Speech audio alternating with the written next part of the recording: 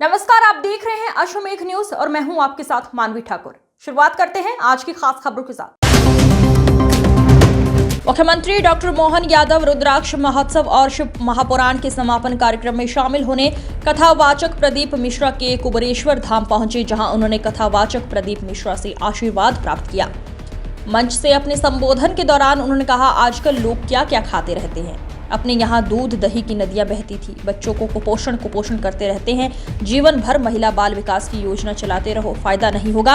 आप बच्चे को दिन में गाय का दूध उपलब्ध करा दो, अपने आप पोषित हो जाएगा, उसे फायदा हो जाएगा।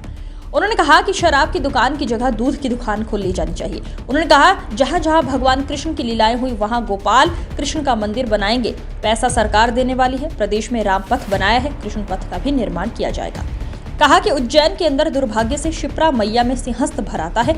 ये कोई गंगा जी तो है नहीं, गंगा तो हिमालय से उतरती है, शिप्रा तो बरसात की नदी है। अब यहाँ नर्मदा का जल ला रहे हैं। पहले मार्च में पानी नहीं रहता था, अब पूरे साल पानी रहेगा। कहा कि महाकुंभ सफलतापूर्वक संपन्न हुआ है। देश के प्रधानमंत्री ने डुबकी लगाई है, मतलब पूरे देश ने डुबकी लगा ली है।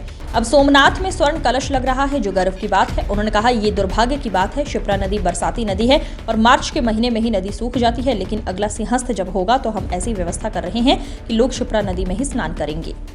और हमारे लिए सौभाग्य की बात, उस सबसे बड़े देश के सबसे बड़े नेता अगर प्रयाग में कुंभ में डुबकी लगाते हैं तो ऐसा लगता है पूरा देश दुनिया में धन्य हो गया।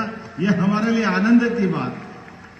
और कुंभ सफल होता और सोमनाथ के मंदिर में जाकर के कल ही यशस्वी प्रधानमंत्री ने जिस प्रकार से स्वर्ण शिखर का संकल्प लिया, मुझे तो लगा कि अपना सबका सीना 56 इंच का हो गया जब हमको ध्यान में आता कि 1000 साल पहले इसी सोमनाथ के मंदिर पर हमारे धर्म विरोधियों ने मंदिर को नष्ट भ्रष्ट करके हमारे को मिटाने का प्रयास किया था।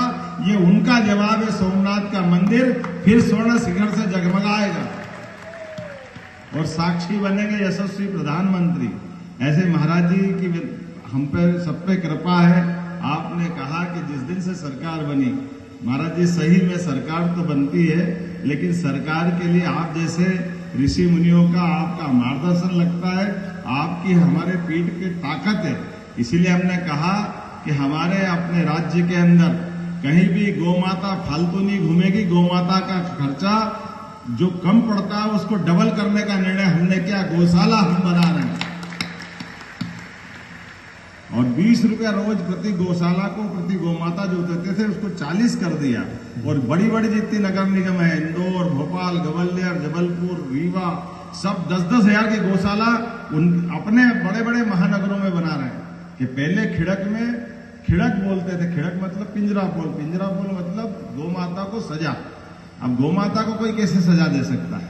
वो तो 33 करोड़ देवी देवता का वास उसमें है।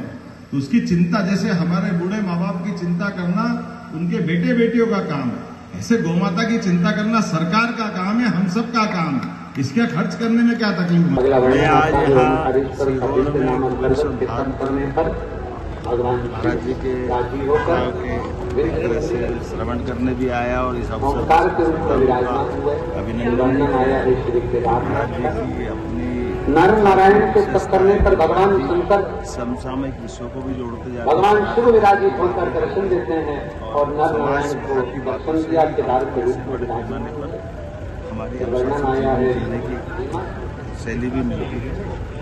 मैंने इस अवसर पर महाराज जी का कुंभकर्ण की पत्नी और हमारी सरकार में गौशालाओं में बढ़ाने वाली राशि भगवान शिव ने विवाह को प्रोत्साहन देना संहार किया। शिवजी का नाम भीमा द्वारा। अगला वर्णन है काशी विश्वनाथ मनु शत्रुपा के पद करने पर भगवान आपकी भी योजना कृष्ण पथ को लेकर के कृष्ण पथ काम वन कमल पथ इन सब योजनाओं पे हम काम करते।